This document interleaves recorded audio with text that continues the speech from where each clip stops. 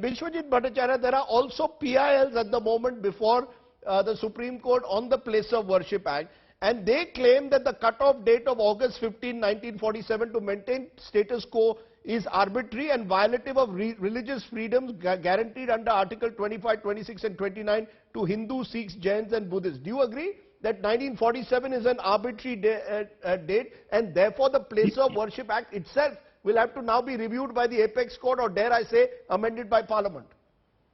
You see, 1947, 15th August was the Independence Day of India. Yes. And it was a watershed moment. It was basically a watershed moment on all the wounds and wrong, all the historical wounds, historical injustices. It was expected that it will come to an end. So to that extent, whether the date of 1947, 15th August is arbitrary, I don't think it will be arbitrary. The intention of legislation was that... Is it a violation of Article 25, 26 and 29? Let the dead past bury its dead. Is it a violation of Article 25, 26 and 29, Mr. Bhattacharya? No. The right to practice violative of religious freedoms guaranteed under Constitution. You see, Rajdeep, the basic point which I think we are tending to miss is the wordings is that 1991 Place of Worship Act of 1991. So place of worship does not mean only Hindu or only Muslim or only Sikh or only Isai. It's a very broad-based act. Today, incidentally, it happens to be Hindu and Muslim. Tomorrow it may be other. So the Parliament in its own wisdom, you know, this particularly Article 372 of the Constitution of India has basically sanctified it. Of course, this is a 1951 Act. And one point I would like to make is, which perhaps the language is, whether the court is shut or not. You see, the language of Section 4 is that no suit shall lie. Okay. And all the pending suit shall abate. The word shall abate has some meaning, and when a suit is filed, whatever may be the final prayer, if there is a question mark about the basic maintainability of the suit, then I think that question mark should in all fairness be cleared first. Once it is held by the court in its own wisdom, subject to appeal, that the suit is maintainable, then of course the interim order or any subsequent order can be passed. Sir, but there are trials. Mr. Bhattacharya, the court in Varanasi is already hearing the matter, right? The court in Varanasi has already called for the survey also in the next 2 days. What can the Supreme Court then do? Can the Supreme Court call a complete stay on all proceedings of the lower court till it has heard the matter? Is that what you are saying? I would not like to speculate what the Supreme Court can or cannot do or shall do.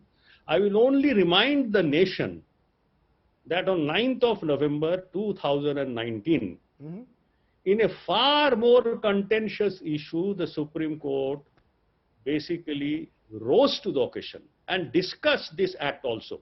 This 1991 Act, which is now being debated before your most, illuminating discussions. Both the panelists are my very close friends, so therefore, and they are very distinguished lawyers.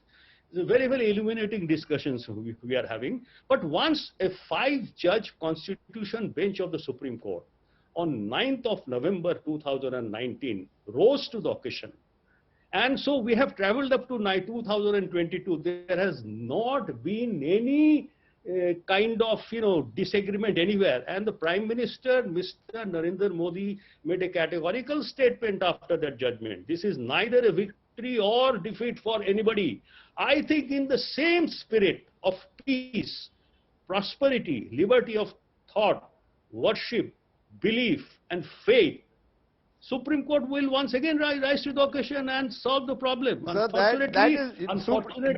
that's your interpretation. Some will say Supreme Court, sorry sir, Mr. Bhattacharya, some will say Supreme Court opened the floodgates on November 2019 by deciding on the Ayodhya case, ruling in a sense that the faith of the of the religious community which believed it was a temple of Ram needed to be given primacy. In a way, you have opened the floodgates. You have, in a way, let's be clear. I'm sorry. I am also a lawyer, sir. I am also a lawyer. There will be those who will argue the Supreme Court has opened the floodgates in this country. And therefore, how do you stop it now? Section 5 is the answer. Rajdeep, I have also equal amount of respect for you. Section 5 is the 1991 Act is the answer. Section 1991 says the Act shall not apply to Ram Janmabhoomi. There is no question of any floodgate. And I told you, I think you have missed the point which I am making. Supreme Court in the Constitution Bench judgment on 9th of November 2019 extensively discussed, I have read it. In fact, when the invitation from your channel came, from your office came at 4 p.m., I refreshed myself. I read that scintillating judgment of Constitution Bench. It has discussed, so 1991 Act stands. As long as 1991 Act stands, that is the law, and so therefore... So you are saying the only exception was Ram Janmabhoomi. All other places of worship, status quo must be maintained. So therefore, I respectfully differ with you for using the word opening the floodgate. I'm sorry, I cannot agree with you. I am referring to the... Sir, just a minute now. I am referring to the singular issue of whether faith has to be placed above law.